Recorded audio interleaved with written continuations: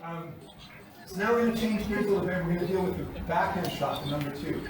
Okay? So once again, I'm going to angle off. So I'm trying to come off, and really I would try to rely on the hand a little bit, but I'm using the stick here. Okay? So as I step off, I'm going to get to, I'm striking his hand. And then I'm going to pull back, and he's going to do, bam, and then he comes at me. So I hit, I pass through. He hits and passes through, I'll pass through. So that you're in chamber position. So your chamber figure, so turn straight. Right? So if I come here, number 1 through, position for my number 2. Okay. So I can feed you the 2, and number 1 all the way through, and then feed me.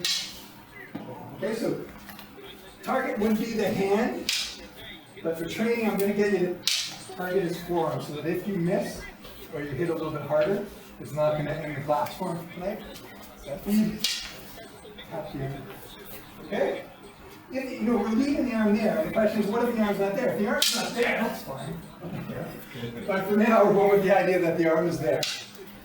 Okay? Just to have a target. Can we do that?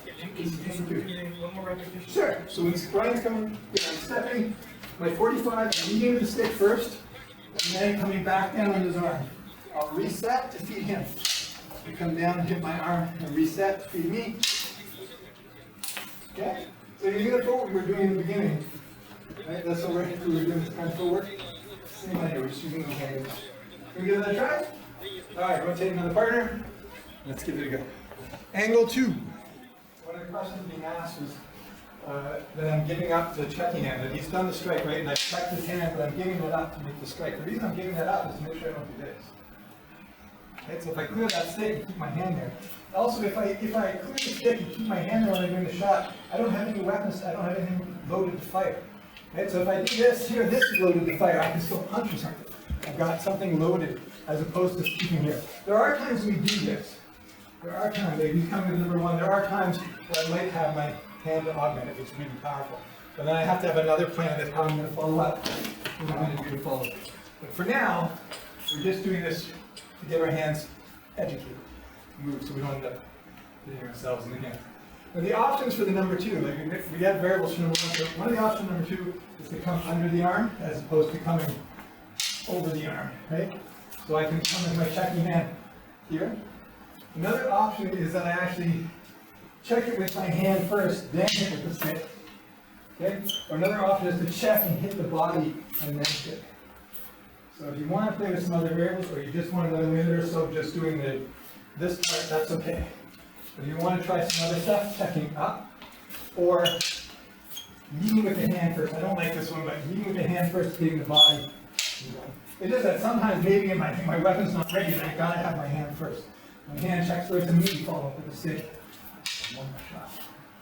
Yeah? So checking up, Yeah, so rising, that's an option, right? I can check patting it down, or I can check patting it up. And sometimes just where my hand is. And then if my hand's here, then I might as well just pop it up. Okay, do the check. popping it up puts the target in place. Yeah. Yeah. Because I can put it in place this way, or I can put it in place this way. Can we do that for another minute and a half or so? Just that idea? Okay, I'm going to do the number 2 now, right? So this one here. So now I'm going to do the snake to the number 2. So when it comes with number 2, I'm going to do the same deflection I did before, right? Here. I'm going to wrap my hand around, bring the stick down. See Brian? He strikes, he wraps the stick around. You could do that. I don't want to. So Brian wants to, you can go into stuff, you can go into locks here. Right now I'm just going to take the stick away. So I'm going to wrap. There's my strike into his leg. In the Filipino arts, when we talk about differences, the main targets are the hands and then the legs. So they want to take away your ability to use a weapon, and then they want to take away your mobility. Once the weapon and mobility are gone, then they'll come in and hit the head. They don't want to risk the idea, especially because it's blades. Right? Even if I've done something to him and he still can cut me, okay? The blades can still come through. This is a mutual strike. It sucks for both of us. So they want to make sure they disarm the weapon first, then they make it so they can't move. Now it's a chance to come in and take dominance. Or show off for the leaders if we were talking about earlier. So that's the number 2. I'm going to do the same outside deflection. I'm stepping at the angle, and pulling the stick back, pull it to. Okay? I like to get the foot trap Very good. Up to your feet dry. Snake around. Can we give that one a try? Yeah? Okay. Thank you, Brian. Rotate partners, let's give it a go.